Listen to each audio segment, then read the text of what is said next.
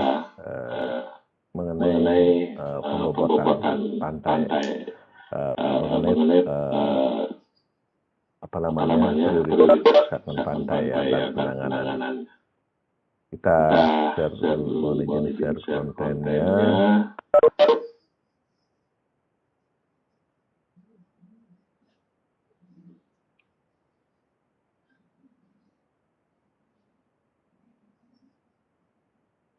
Ini saya ambil dari pedoman penanganan pantai milik dari Kementerian PUPR. Ini saya ambil dari sana. Jadi pedoman penilaian kerusakan daerah pantai. Adapun setelah kita melakukan survei awal maupun pemetaan, maka kita akan mengklasifikasikan ruas-ruas pantai yang kita ukur, yang kita data. Nah, dari sana barulah kita melakukan pembobotan. Nah, di dalam pembobotan ini tentu saja tidak semua ruas pantai kita akan tangani segera mungkin, tetapi ada prioritas-prioritas yang akan kita lakukan, tergantung dari seperti yang saya sudah uraikan sebelumnya, bahwa tergantung ada prioritas utama. Prioritas pertama ada prioritas pengganti atau skener. Nah, prioritas utama tentunya adalah pemukiman, kemudian daerah pariwisata, daerah ibadah umum dan sebagainya, yang tentu saja lebih banyak aktivitas manusia di sana yang harus dilindungi. Dan ada prioritas tidak penting, itu adalah daerah-daerah yang masih terbuka, misalnya terdiri dari semak belukar, kemudian persawahan, hutan, pertanian lainnya. Nah, ini ada beberapa tujuan dari penilaian kerusakan daerah pantai. Nah, untuk menilai tingkat kerusakan pantai itu dilakukan secara objektif atau seobjektif mungkin. Diperlukan suatu kriteria kerusakan daerah pantai. Di sini adalah kita melakukan penilaian pembobotan secara kuantitatif. Bagaimana caranya? Ya, kita melakukan grade dari tingkat kerusakannya, kemudian grade dari apa yang harus diamankan di belakang dari bangunan pantai tersebut. Kemudian yang nomor dua, kriteria kerusakan daerah pantai dapat dipergunakan untuk membuat urutan peringkat kerusakan pantai pada satu wilayah tertentu. Jadi wilayahnya biasanya adalah dari wilayah, kalau di Indonesia namanya wilayah sungai. Direktorat Jenderal Sumber Daya Air, Kementerian PUPR, sekarang PUPR. Kemudian ada daerah yang merupakan daerah-daerah wewenang dari provinsi maupun kabupaten kota. Jadi inilah yang akan kita kriteria kerusakannya, dan untuk menentukan skala prioritasnya penanggulangan kerusakan daerah pantai. Jadi di sini yang pertama sekali adalah bahwa apabila terjadi suatu bencana alam. Nah, ini tentu prioritas yang sangat tinggi sekali. Ini memerlukan penanganan yang segera apabila terjadi di daerah kawasan pantai yang merupakan pemukiman, kawasan pariwisata dan sebagainya. Nah, ini tentu ada kebijakan-kebijakan dari tingkat provinsi maupun kabupaten atau kota media. Nah, yang ketiga adalah kerusakan yang akan dinilai khususnya berkaitan dengan erosi dan abrasi. Ini adalah untuk daerah-daerah yang memang terjadi pengurangan wilayah pantai. Kemudian ada kerusakan lingkungan pantai seperti permukiman, kualitas air laut, terumbu karang, hutan mangrove, bangunan bermasalah yang menjorok ke daerah pantai yang mengakibatkan adanya kerusakan juga di daerah lain. Nah ini tentu harus dilakukan penanganan yang khusus. Di samping daerah erosi dan abrasi, sedimentasi dan penanggulangan muara. Jadi seperti hasil penutupan, pengaruh sedimentasi terhadap lingkungan, biasanya juga adalah pendataan dari pelabuhan. Ini juga menjadi penanganan atau memerlukan penanganan kerusakan. Setiap perusahaan pantai diperlukan untuk melakukan penilaian tingkat kerusakan pantai. Namun perlu diketahui bahwa untuk menentukan penanggulangan pantai selain tingkat kerusakan diperlukan pula mengenai tingkat kepentingan. Jadi ada tingkat kerusakan, kepentingan dari suatu wilayah pantai. Meskipun misalnya daerah pantai itu terjadi erosi, tapi kalau tingkat kepentingannya masih jauh, merupakan prioritas utama, maka bisa ditunda dulu penanganannya. Jadi bobotnya bisa semakin kecil. Tetapi apabila pemanfaatannya seperti yang saya katakan tadi, misalnya untuk melindungi daerah pemukiman, kemudian sudah pemukiman yang padat, kemudian pariwisata yang banyak akomodasi pariwisata seperti hotel, restoran dan sebagainya, ya itu juga merupakan prioritas utama.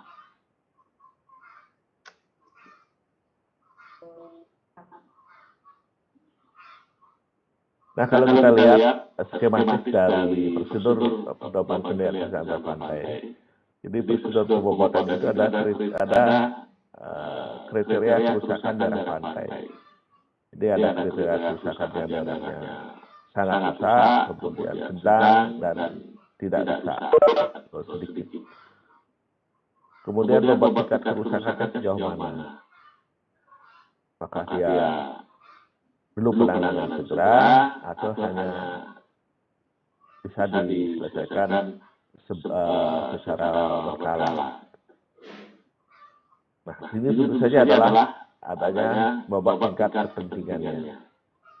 Bobot tingkat kepentingan, apakah itu memang merupakan seperti tadi sebagai pemukiman atau perlindungan terhadap kehidupan aktivitas manusia atau tidak.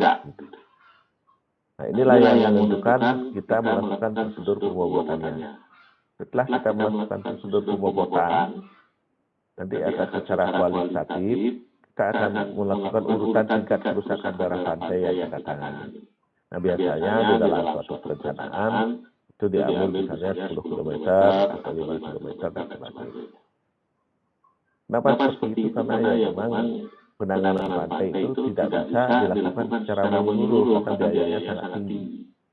Kalau itu misalnya kita bebankan kepada dana negara seperti APBN ataupun APBD, itu akan tersedot ke arah sana saja. Sedangkan banyak sektor-sektor lain yang memerlukan biaya. Sehingga pada akhirnya kita akan melakukan suatu prioritas penanggulangan kerusakan daerah pantai. Apakah itu dia prioritas pertama, kedua, dan selanjutnya. Sehingga kita bisa membagi segmen-segmen pantai itu ke dalam suatu prioritas penanggulangan. Nah, ini yang tentu perlukan pengalaman. Di samping memang ditunjang oleh data-data yang ada. Nah, kriteria kerusakan pantai itu adalah pengurangan bisa dipahami itu sebagai pengurangan daerah pantai atau kerusakan lingkungan pantai atau sedimentasi dan penangkalan muara. Kalau misalnya pengurangan daerah pantai berarti luas wilayah dari daerah pantai itu berkurang. Nah, ini biasanya disebabkan oleh erosi dan abrasi. Erosi dan abrasi ini tentu bisa dilihat dari perubahan garis pantai, garis pantai yang mundur ke arah daratan, kemudian pengaruh terhadap lingkungan dan stabilitas lingkungan. Kemudian kerusakan lingkungan pantai itu bisa ada yang pemukiman atau bangunan bermasalah. Itu yang padat sehingga merusak drainase, merusak sistem persampahan dan sebagainya. Jadi banyak menimbulkan kerusakan lingkungan. Kemudian bangunan bermasalah, artinya bermasalah itu adalah bermasalah terhadap mekanisme hidrodinamika dari pantai itu sendiri, seperti misalnya bangunan yang menjorok ke tengah laut atau mempunyai pembatas dengan laut yang dinding vertikal. Itu adalah juga menjadi kerusakan terhadap lingkungan daerah pantai. Kemudian dari pemukiman yang sangat padat itu bisa juga berakibat adalah menurunnya kualitas air laut karena banyak terjadi suplai sesuatu yang merusak lingkungan terhadap laut. Kenapa? Karena bermuaranya nanti adalah di pantai. Kemudian kerusakan terumbu karang. Nah, ini bisa disebabkan oleh alam itu sendiri, bisa disebabkan oleh aktivitas manusia. Oleh alam misalnya terjadi perubahan iklim global, sehingga kalau ada kenal terjadi bleaching dan sebagainya. Kemudian kerusakan terumbu karang bisa disebabkan oleh manusia. Misalnya dikatakan sebagai objek kerusakan sehingga karang-karang itu terinjak-injak oleh para penyelam. Kemudian pengeboman ikan, dan penggunaan pestisida yang lain. Hutan mangrove juga sama, jadi membuka hutan mangrove, kemudian menjadi tambak-tambak, membuang sampah sembarangan, sehingga nanti menyangkut di akar-akar nafas atau akar-akar udara dari pohon mangrove itu sendiri.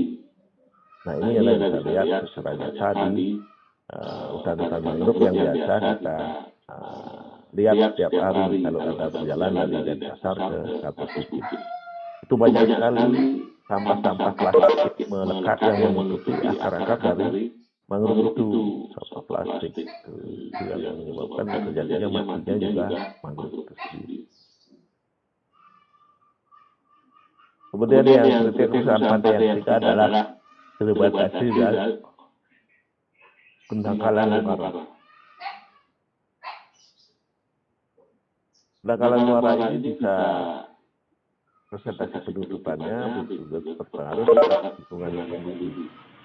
Kenapa? Karena kalau muara itu tertutup secara permanen dengan pasir pada saat musim kemarau, maka pada saat musim penghujan, jadi hujan pertama, aliran sungai atau aliran air hujan yang dibawa oleh sungai itu tidak mampu dihanyutkan ke laut atau ke muara, sehingga terjadi tampungan di sana. Tampungan ini, tampungan inilah yang menyebabkan sementara dulu adalah banjir genangan di daerah-daerah pesisir. Sebelum aliran itu mampu menghanyutkan sedimen yang ada di muara, karena dia memerlukan tekanan tertentu atau kecepatan dari aliran itu sendiri, disebut dengan kecepatan kritis. Jadi setiap sedimen itu mempunyai massa atau berat F sama dengan M kali G, kan itu ya M kali G. Kemudian ada gaya dorong sebesar arus itu dengan memiliki kecepatan sehingga dia mempunyai nanti M kali A.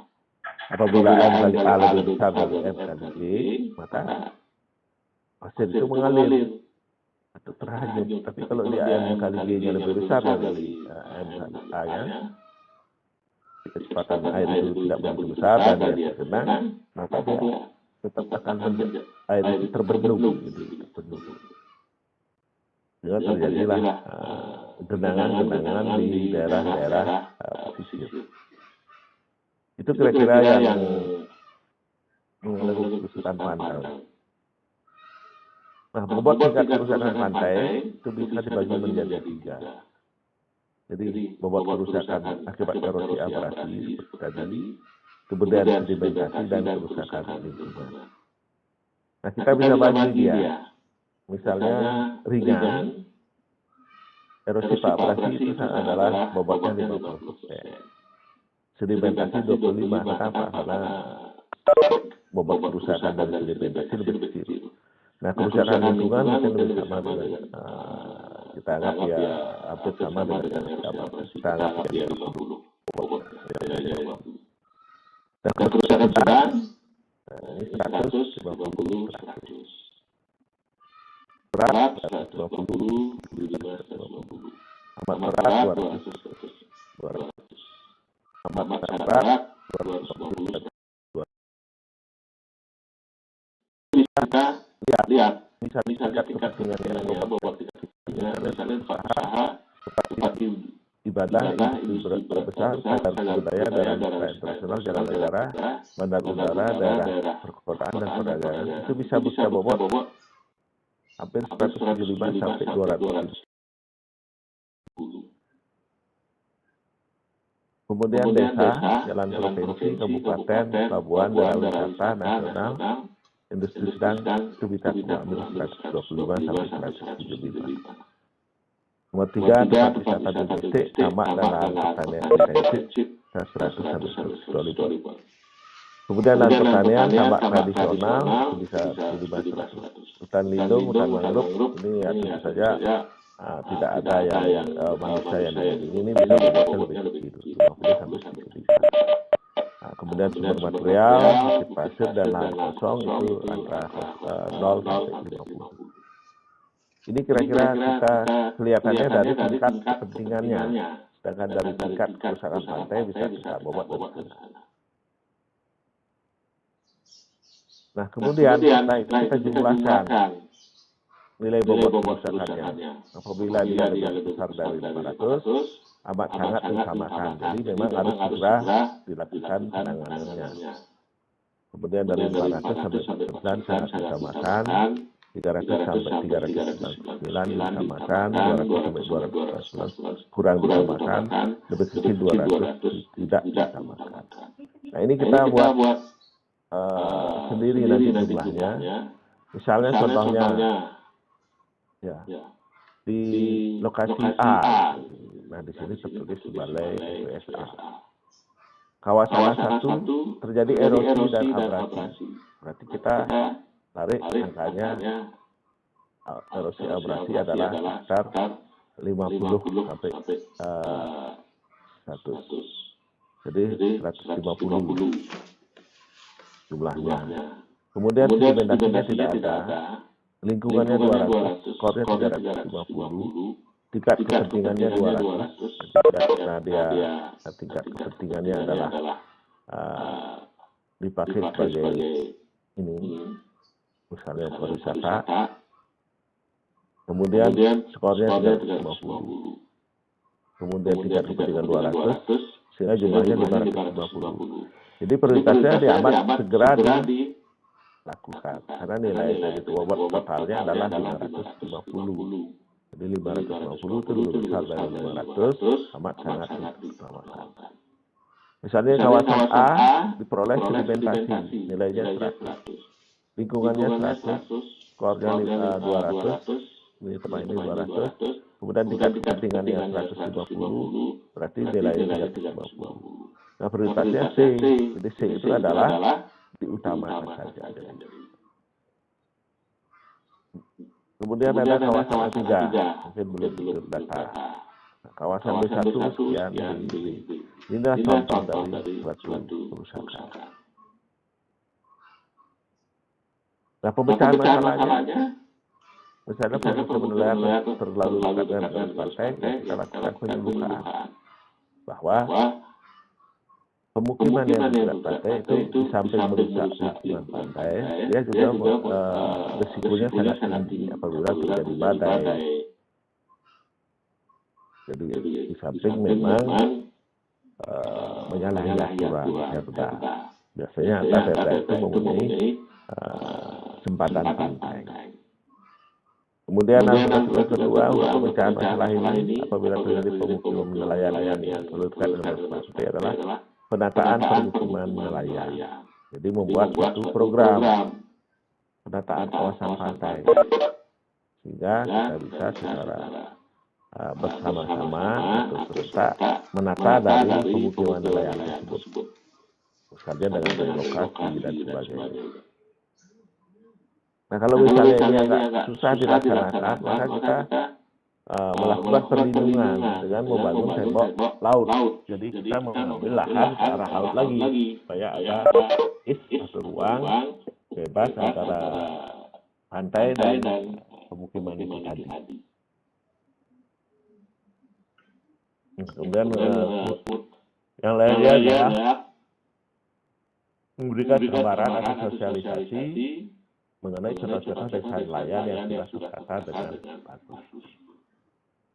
Jadi pendekatannya tidak terlalu ekstrim. Nah, jadi kita sosialisasi, kemudian kita buat pengenalan contoh desa nelayan yang baik. Melalui nanti adalah dengan program-program pembangunan pemukiman wilayah nelayan. Nah, bagaimana kalau fasilitas umum terdekat dengan pantai? Ya, tentu saja adalah tetap sosialisasi atau pendidikan, pendataan kembali fasilitas umum, dan pembangunan tembok laut. Jadi, bila fasilitas umum ini tidak bisa diganggu, tidak bisa digeser, dan sebagainya, maka kita mengambil pengamanan ke wilayah laut itu sendiri dengan memperbesar wilayah pantainya, membangun tembok laut. Nah, kalau jalan tidak dekat dengan pantai, bisa melakukan pembangunan tembok laut. Jalan itu misalnya lokasi yang tidak bisa mengandalkan. Contoh kalau pernah di jalan di Bali itu di daerah Kapulaki itu seperti itu misalnya. Karena begitu ada laut berbatasan dengan tebing, sehingga untuk bergeser jalan agak susah. Sehingga kita bisa mengarahnya ada pemasangan jalan itu dengan proteksi seawall, di laut. Nah, kemudian apabila ini mengizinkan ada sedimen pasir yang stabilitas pembangunan dulu untuk stabilisasi garis pantainya. Atau mungkin kalau ini tidak mungkin ya di jalannya direlokasi mencari alternatif jalur di tempat lain dengan jalan terakhir.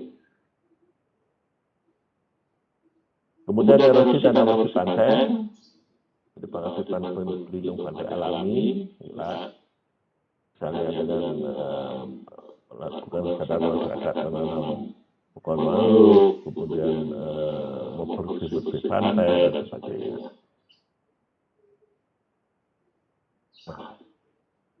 Apabila pengambilan pantai alami terganggu, kita bisa berrekomendasi dengan struktur pelindung pantai buatan atau mungkin dengan proses management. Nah, kemudian muara yang juga stabil dan sangat produktif. Nah, ini kita kalau saja ini kita lakukan dengan penyuluhan, dengan pengurukan dan sebagainya. Ini ada beberapa laut. Kira-kira seperti itu.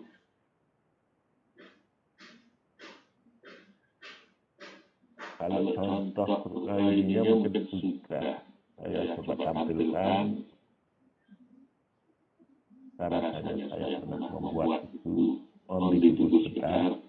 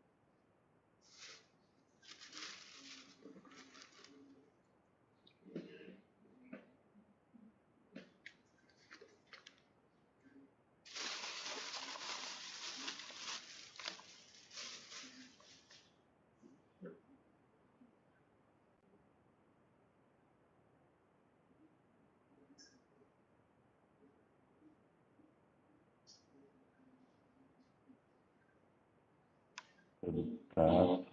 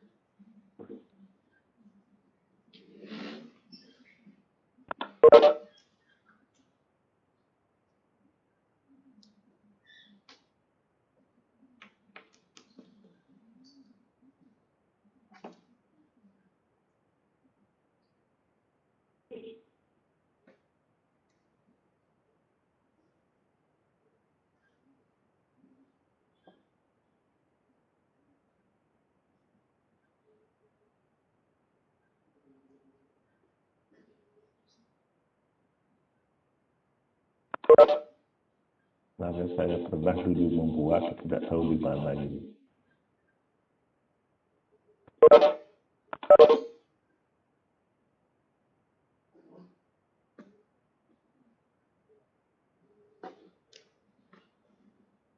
Nah ini, tidak bisa. Berarti di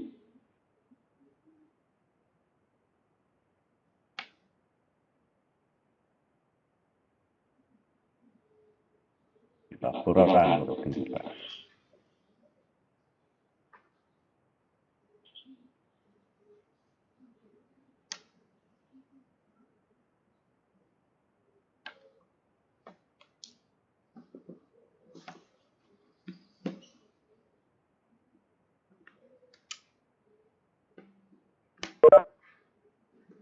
Dari di kopi.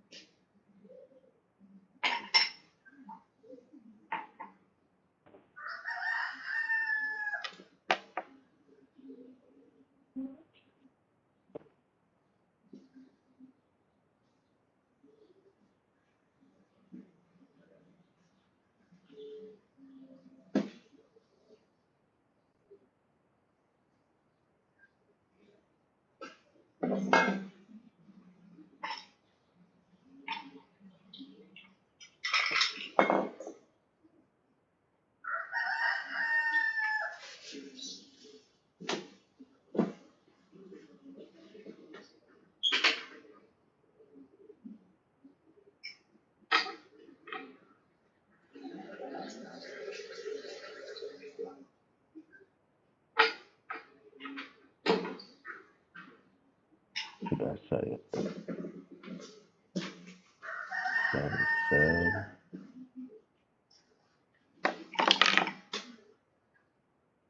Jadi ini salah satu laporan yang dibuat untuk penanganan pantai Celukan Bawang dan Pengasturan di Kabupaten Buleleng tahun 2012. Jadi konsepnya adalah dasar pemikirannya itu adalah dalam rangka pelaksanaan pengurahan daerah pantai disiapkan pada wilayah daerah pantai dengan batas yang jelas, sehingga pengelolaan dapat dilakukan pada wilayah yang tepat, batas wilayah perlu berdasarkan. Nah, ini tadi Satuan Wilayah Pengelolaan atau BWS, pemerintah kabupaten yang disebut Satuan Wilayah Pengelolaan Daerah Pantai (SWDP). Nah, ini kita harus tentukan dulu. Kemudian batas perairan pantai adalah sejauh 4 mil. Nama ini adalah masih mengikat Undang-Undang Nomor 27 tahun 2007. Tapi setelah ini akan ada berubah bahwa batas perairan pantai sejauh 12 mil itu adalah wilayah provinsi, bukan kabupaten lagi. Mempunyai wilayah otonomi pantai. Batas sempatan pantai, nah ini pada secara umum ditentukan selebar 1 meter dari batas muka air persegi ke daerah daratan. Sepadan pantai untuk daerah mangrove dibutuhkan selebar 130 kali V. V itu adalah tide ringnya.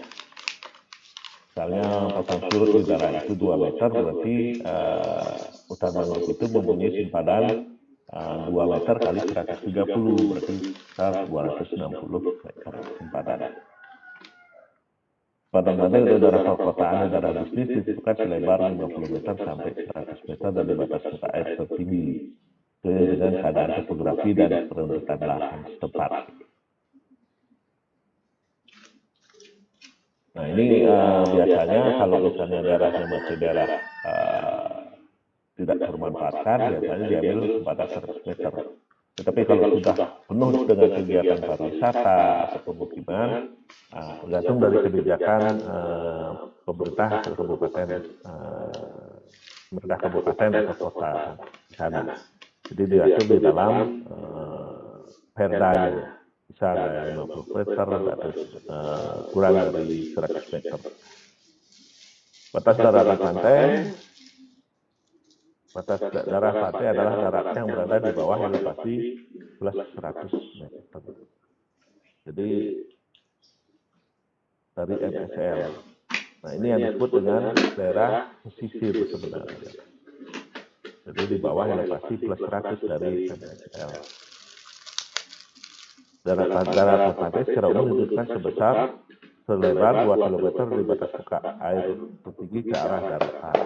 Nah kalau dia dalam keadaan normal, tapi kalau dia sudah di atas plus 100 meter, dia sudah tidak dianggap lagi daerah pantai. Nah untuk daerah berawan, hutan mangrove dan bukit pasir, daerah pantai ditentukan selebar ekosistem pantai tersebut atau maksimal 2 km dari garis pantai pada saat muka air tinggi. Ingat kalau ekosistem pantai kurang dari 2 km. Nah ini adalah pedoman-pedoman yang menentukan daerah-daerah pantai itu sendiri. Nah konsepnya adalah pengelolaan daerah pantai terpadu dan berkesinambungan. Karena berbagai sektor dan kepentingan membutuhkan aktivitas di daerah pantai. Beberapa aspek pengelolaan pantai antara lain aspek pembinaan dan pengawasan, aspek pembangunan dan pengembangan, aspek perlindungan dan pengamanan. Pola perlindungan pengembangan pantai, kawasan pantai, nah perlindungan terhadap garis pantai, ancaman gelombang, nah ini banyak. Sedimentasi, pencemaran. Nah, ini Anda bisa baca, dan ini saya berikan Anda laporan ini, sehingga bisa lebih memahami. Sebenarnya ini secara teoritis lebih banyak. Nah, beberapa alat perlindungan pengembangan di dalam istilah keragaman ekosistem yang terdapat dalam satu lingkungan perairan pantai dapat dilakukan secara holistik dan berkesinambungan. Dibentukkan secara terletak untuk dipenuhi antara lain sumber daya manusianya, produk hukumnya, koordinasi, dan sebagainya. Nah, usulannya adalah melakukan sosialisasi, penyediaan sarana tempat dan sebagainya. Kemudian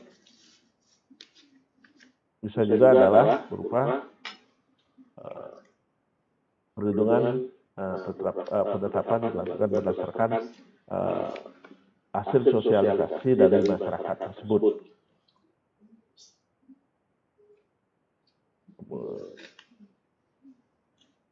Nah, ini perlu dilakukan sosialisasi. Kenapa perlu? Karena kawasan pantai itu kadang-kadang merupakan banyak kepentingan di sana. Ada pariwisatanya, ada perikanan tangkapnya, ada mungkin pertaniannya, kayak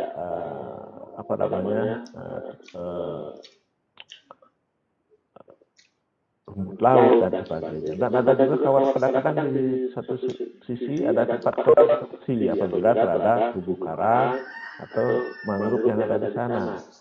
Sehingga perlu ada sosialisasi secara menyeluruh terhadap masyarakat sekitarnya maupun stakeholder yang terlibat di sekitarnya. Perlu lakukan sosialisasi ini terus sekali. Nah, upaya pengawasan secara struktur. relokasi pemukiman penduduk berdasarkan garis pantai tersebut ke lokasi lain. Nah, ini sudah secara singkat saya jelaskan melalui materi PowerPoint tadi. Nah, ini ada membangun bangunan yang berfungsi sebagai pelindung atau petahan serangan gelombang. Kelebihannya dapat secara efektif melindungi pemukiman dari serangan gelombang dan mempertahankan garis pantai agar tidak mengalami kemunduran secara terus-menerus. Kelemahannya memerlukan biaya pembangunan yang sangat tinggi, sangat besar.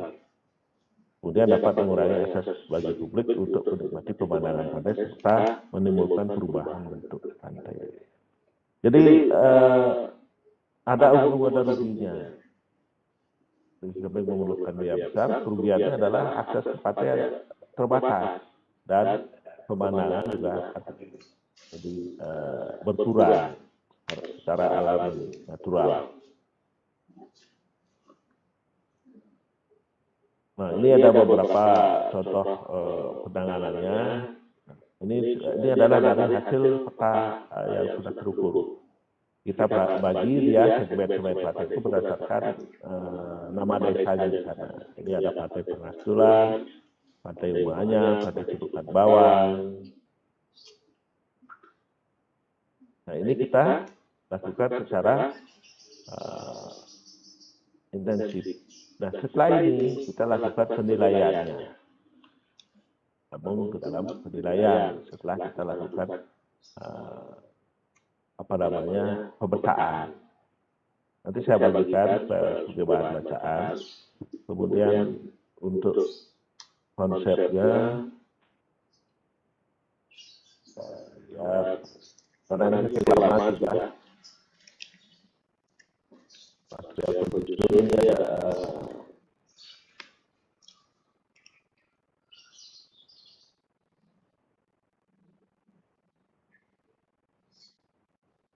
ini saya dapatkan setelah bobot.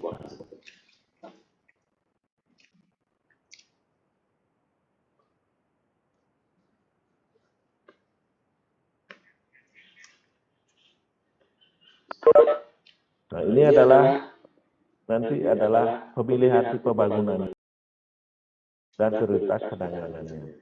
Jadi ada fleksibel, pemilihan tipe bangunan, material penyusunnya apa, mudah fleksibel dan sebagainya.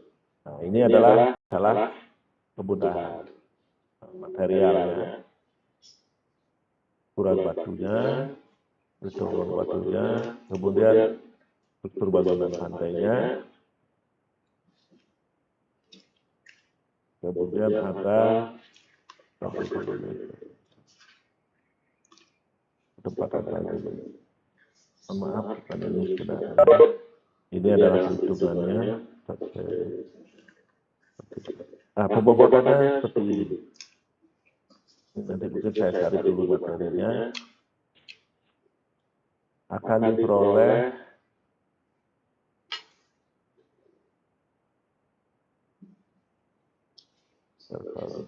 PowerPoint-nya.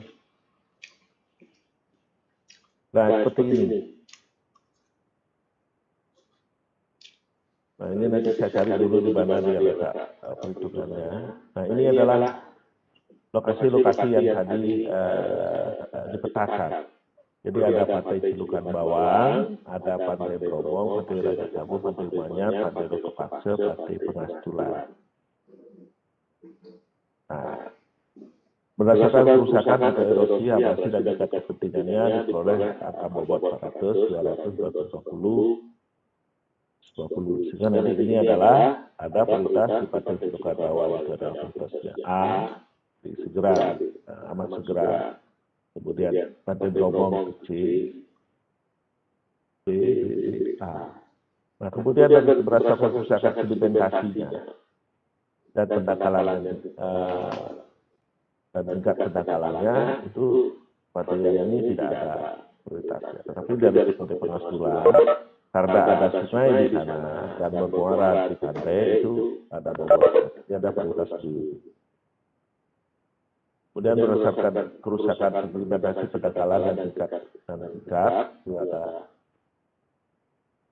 Jadi A itu amat segera, B itu adalah sangat diutamakan, C itu diutamakan, prioritas D kurang diutamakan, dan prioritas E tidak diutamakan. Saya mohon maaf dulu, laporan ini tadi terselip di mana dia.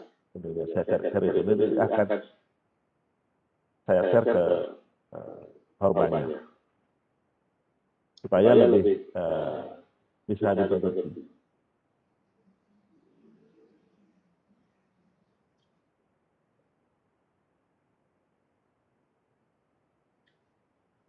Share dan suruh kemana-mana.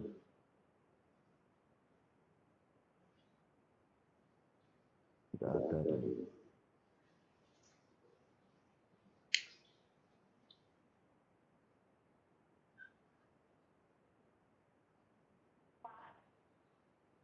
Di mana?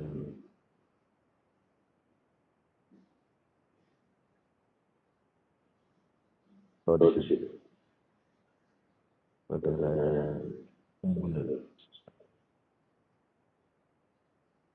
Mohon sabar dulu, saya cari-cari dulu.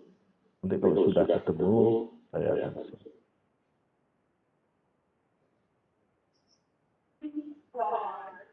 Nah, sudah ketemu dulu.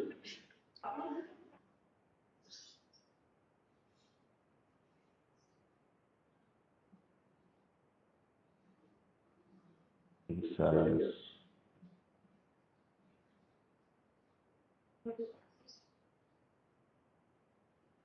Angka tadi itu dari hitungan ini.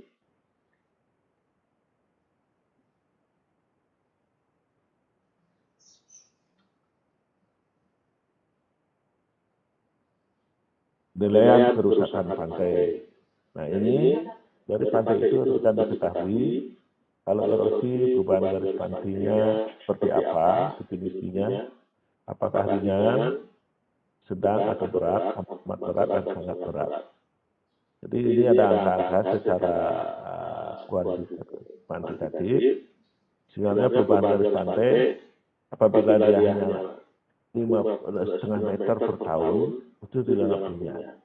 Dan apabila dia lebih besar dari 10 meter per tahun, erosinya itu disebut amat sangat berat. Nah, disinilah kita membuat acuannya. Nah, kerusakan kaki bangunan apabila tidak membahayakan itu ringan, tetapi kalau membahayakan stabilitas sangat berat. Abrasi juga sama, pendangkalan lora sedimen juga kerusakan lingkungan,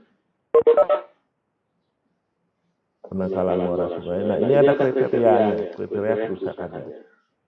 Nah, kemudian dari kriteria kerusakan ini kita sudah tadi standar jenis kerusakannya seperti ini.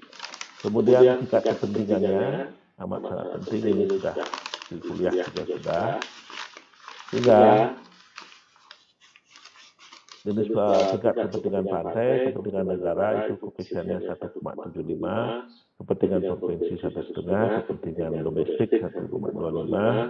Nah, ini ada koefisien-koefisiennya. Nah, tadi erosi apa operasi itu dari A ini. Dari sini kelihatan bahwa dia ada perubahan garis pantainya seperti apa, dia mengalami bobot berapa. Dengan di sini terjadi penilaian di 150, 100, 150 itu nilai bobotnya 400. Pendangkalan tidak ada. Kemudian lingkungan dia ada 50, di sini 20 jadi 100. Koefisien tingkat kepentingannya karena dia tingkat provinsi, maka tingkat kepentingannya 1,5. Demikian pula yang lain tingkat ini rasanya ada dua.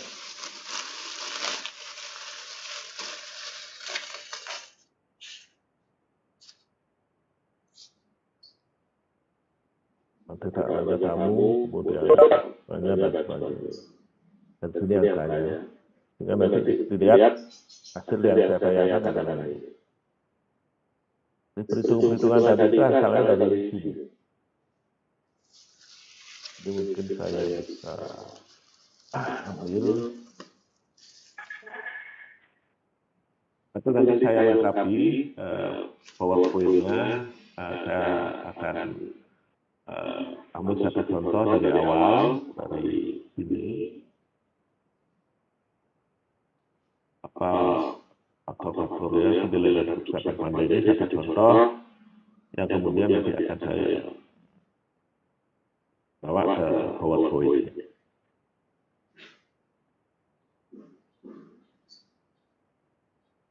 Nanti akan siap-siapkan. Nah, saya belum ingat. Kira-kira itu yang bisa saya berikan pada pertemuan hari ini.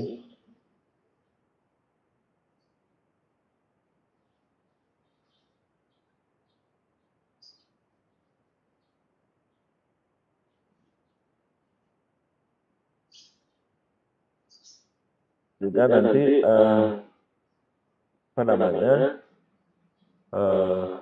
materi ini akan saya share ke kormanya, di Pasena.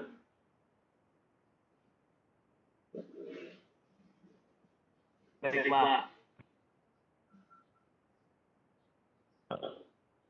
Saya siapkan dulu materinya, berhubung saya ingat kapan saya melakukan studi. Jadi ada satu contoh yang bisa Anda pakai pedoman.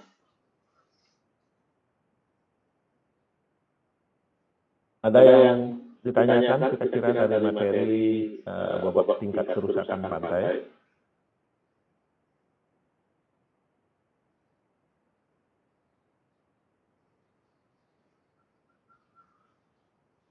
Ya, saya tak tahu, dari Diva bilang ini pertemuan ke-11 ya. Saya di catatan saya baru 9, berarti ada 2 pertemuan yang saya tidak catat atau tidak masukkan ke Google Form-nya TU. Coba nanti saya cek tanggal berapa saja yang mau masuk. Tapi tidak apa masalah, mau lebih kan tidak masalah. Yang jelas jangan sampai kurang pertemuan kita. Karena kalau sampai kurang pertemuannya, kita tidak diizinkan UAS nanti. Jadi nilainya di pending. Kemudian kalau lebih kan tidak masalah. Kita mendapatkan lebih dari apa yang Anda dapatkan. Jadi sebenarnya kita tidak masalah untuk pertemuan lebih. Karena sekarang beda, kalau dulu kan kita rekap dari akhir perkuliahan, kita store ke bagian pendidikan. Kalau sekarang enggak, kita mengisi Google Form, begitu habis kuliah, kita isi datanya. Nah, kemungkinan begitu habis mengajar, saya lupa memasukkannya. Ya, lupa memasukkan. Jadi ada dua pertemuan yang tidak tercatat. Tidak masalah. Kita tetap saja bahwa ini kita anggap pertemuan ke-9.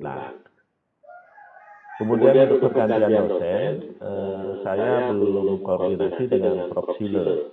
Dan apakah beliau bisa menggantikan atau mengisi atau tidak. Karena kadang-kadang kesibukan beliau tidak sempat mengajar, jadi semua nanti bisa diserahi penuh ke saya. Nah, kalau misalnya diserahi penuh ke saya akan mengajar sampai terakhir.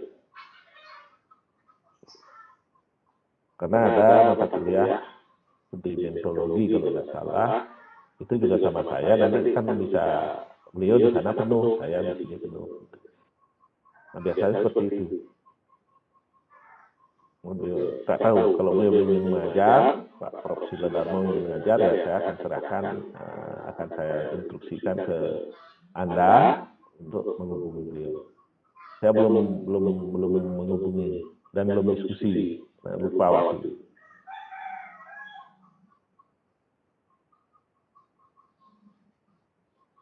Jadi diberikan oleh beliau atau diberikan oleh saya sama saja karena latar belakangnya sama-sama engineering.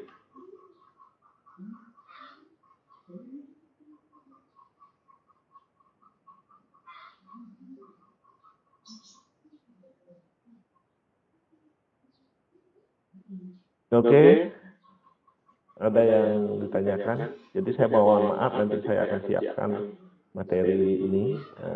Akan saya ringkas, saya lihat-lihat dulu materinya. Kadang-kadang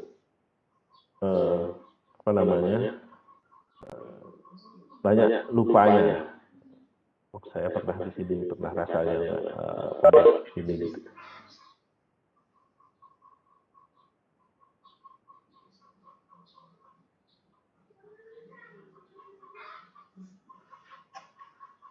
Oke, kalau tidak ada yang bertanya, saya akan cukupkan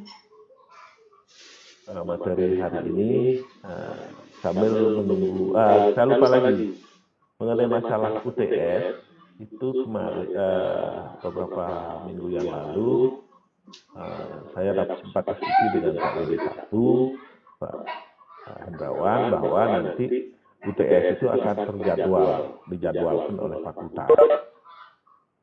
Mungkin sekitar pertengahan bulan April ini. Nah, kenapa? Karena nanti rencananya pada saat UTS itu akan dilakukan seminar proposal, ujian proposal dari mahasiswa yang akan mengambil tugas akhir, sehingga waktu kuliahnya tidak terganggu. Itu kira-kira saya akan menunggu. Nanti materinya akan kita batasi, tidak seluruh materi yang sudah diberikan UTS, tidak. Nanti akan kita batasi. Nah, sebelum UTS kita akan ketemu dulu, kita isi penjelasan.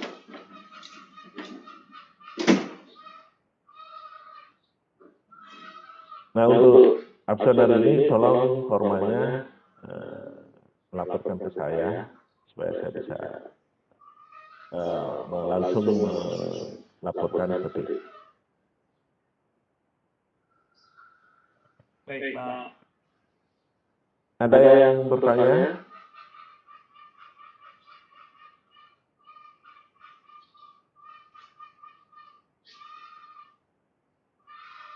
Ya, karena ada kesempatan kita ngisi 2 kali, saya takutnya begini. Kadang-kadang banyak kita liburnya atau mungkin terbentur dengan acara saya. Nah, saya lebih banyak awal mengisi supaya memenuhi pertemuan 16 kali itu.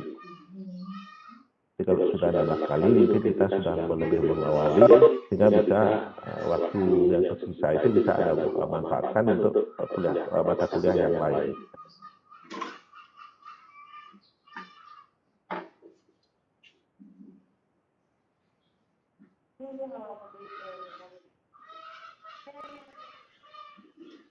Oke, kalau tidak ada yang bertanya, saya cukupkan dulu pertemuan hari ini. Terima kasih atas kehadiran Anda mengikuti perkuliahan saya, dan